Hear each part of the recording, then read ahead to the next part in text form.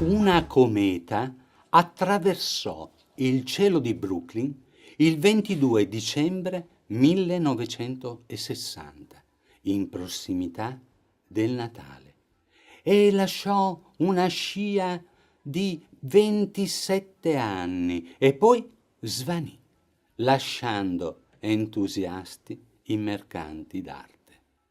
Lo vediamo con Andy Warhol, che incontrò nel 78, un'amicizia che durò fino alla morte di questi nell'87.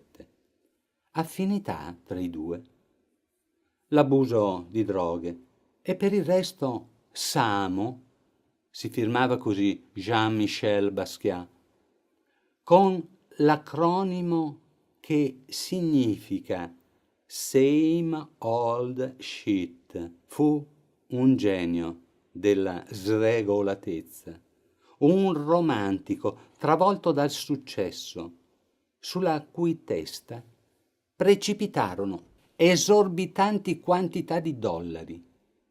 Le sue scritte, adornate dal simbolo del copyright, nella primavera del 78 colpivano l'immaginazione della gente e Samo divenne un'arte nuova che decreta la fine della religione, della politica e l'affermazione della libertà del fare, amare, alternativa ai radical chic che, tuttavia, acquistavano quegli sgorbi zeppi di frasi sincopate, frasi mozze o scritte in versi, ed era musica.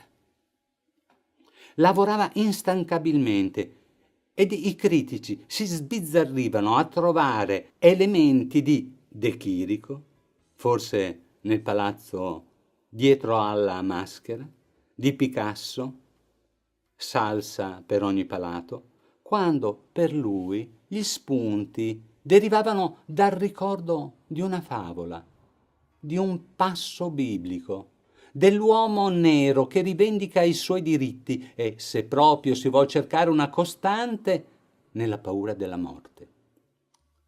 Talora il messaggio era intriso di ironia, come quello del poliziotto nero.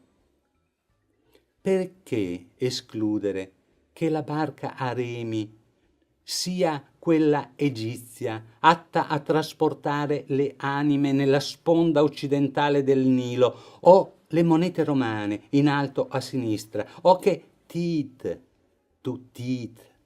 mettere i denti, con la scala, e scimpanzé non porti alla teoria darwiniana della evoluzione della specie?